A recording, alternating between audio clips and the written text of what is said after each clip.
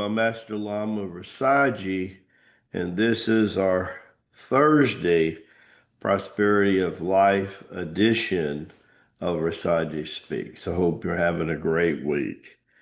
Don't forget, today at 1 o'clock, we're going to get with Brother Nate, and we're going to show you how to open an Uphold account for crypto. So you and crypto enthusiasts, make sure that you're there today because a lot of people have been asking for this show, okay? And then Lama G is going to share with you some up and coming cryptos you might want to pay attention to, okay? Also, don't forget Master David's tonight class.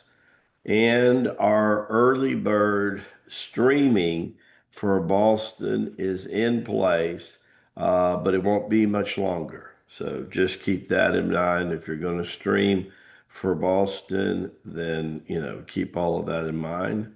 And the last thing for me to tell you is boot camp begins to launch for registration this weekend on the 21st. So also keep that in mind. You were supposed to have sent your qualifications to Master David, and he's looking through them. And then on the 21st, he's going to start to send out invitations for the early bird special for our first boot camp in Jacksonville Beach, Florida, right on the ocean. It'll be at the Hampton Inn. It's going to be a really, really something special. Good. Today's title is called um, Energy, the Currency of Life. So you understand, most people have a poverty mindset about money. I got to tell you, I did for several years. It was part of my religious upbringing. Also, it was because my dad and me didn't get along. And so that didn't begin to happen till after I kind of had a lobotomy in attitude coming back from Tibet. So when I came back from Tibet the last year or two of my dad's life, we got along really, really fine. But I grew up with an attitude that, that people cared about money. That's all they cared about. Did you ever have that attitude? And also, I had conflict because I was raised up in a Protestant movement, primitive Baptist, if you understand that. It's core Bible thumping, hellfire, brimstone, kind of, take you to the woodshed kind of Christianity. And you're a darn poor sinner. And the darn and the poor were inseparable. But then they would confuse you because then they would pass the plate every Sunday. Kind of strange, right? Well, we try to be upfront. Lama Ji wrote a book called The Circle of Chi, and I dedicated 2 chapters to money. And I've watched over the years people embrace self-realization. I've watched people contemplate health and longevity through the teachings of Tai Chi Gung. But when it comes to changing their stripes in life, wow, wow, wow, wow. I mean, people will fight and hold on to that forever. I think it's partly death urge, and I think it's partly birth trauma. It just depends on where they're at. If it's birth trauma, they have a hard time, the poverty seeking people, to get going. Their action level is very, very small. If it's death urge, they can't wait to destroy a business, a relationship, an investment. That's what death urge does, right? So when you look at all of that, you go, holy mackerel, right? What is going on? See, if you see money, whether it's fiat dollars, whether it's gold and silver, whether it's crypto. If you see it as energy, then your attitude toward money starts to shift, right? Energy is the currency of life. What the religious world calls spirit, the scientific world calls energy. One thing's without a doubt. When I do my Tai Chi Gung practice, my energy gets raised. According to the city yoga masters who've been around between 5,000 and 50,000 years ago, that alters everything in your life. According to the Circle of Chi, that the first edition was originally written in '09 by Lama Ji. Imagine how our organization and even Lama Ji and Master David have developed since '09, right? That's 16 years ago already. Most people didn't have a clue what the Circle of Chi was in '09. Starting to get it now. But why two chapters on money from a Lama, you might ask? You study scriptures of the world, especially the Judean Christian texts. You know that money is and work is one of the top 10 words that's mentioned throughout the Old and New Testament. Jesus himself said, "Know ye by your work."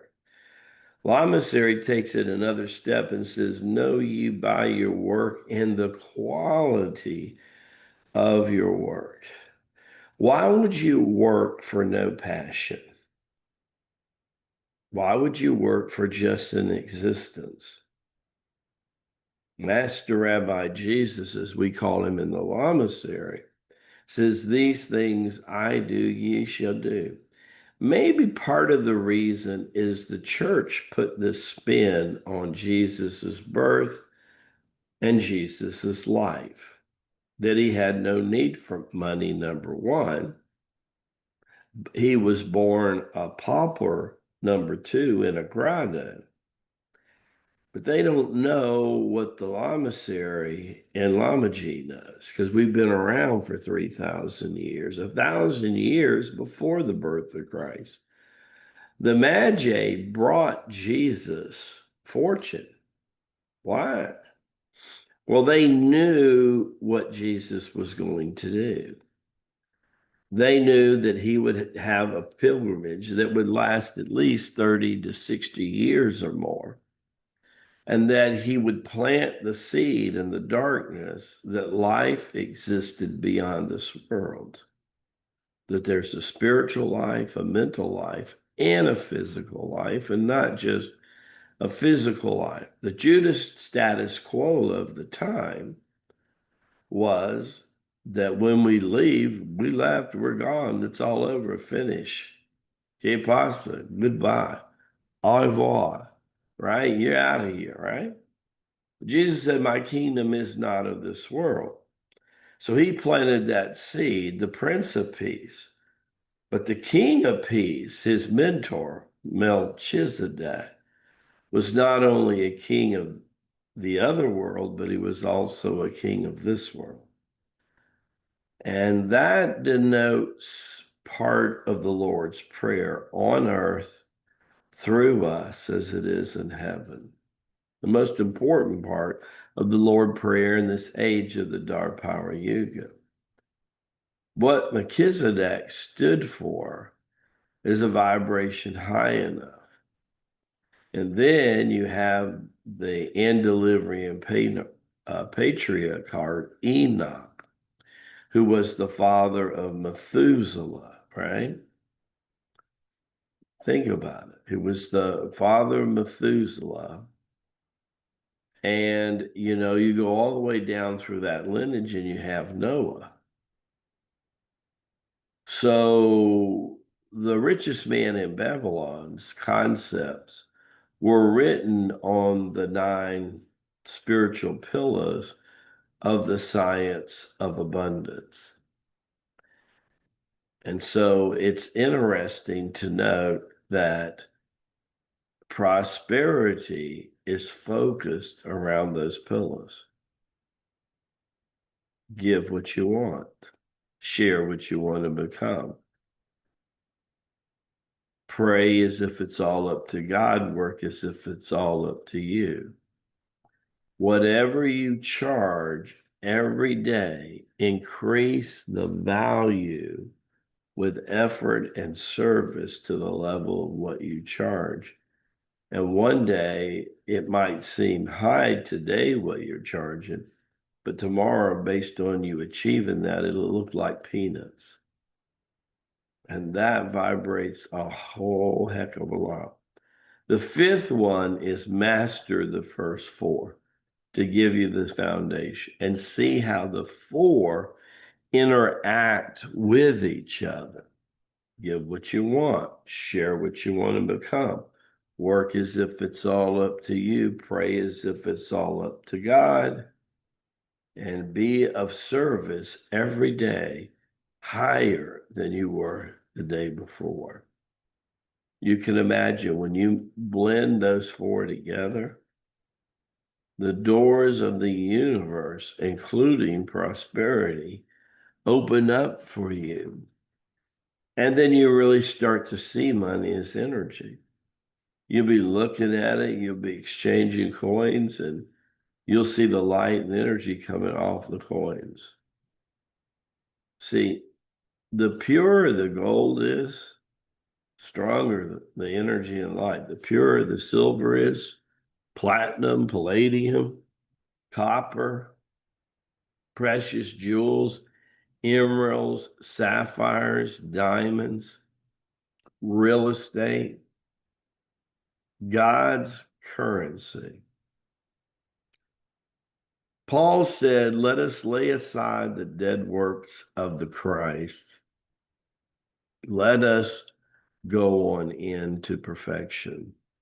He also meant that the keys of the kingdom, which include abundance and prosperity, were yours for the asking and yours for the taking if you were centered and ground enough. This horse this year is going to bring in prosperity to the circle of chi and other people like you've never seen before, especially to the children of light. Don't be look wanting, be ready, be still, and know the divine dwells within you. As we say in the Far East, Baraka Bushad, may the blessings be to you and to your glorious family.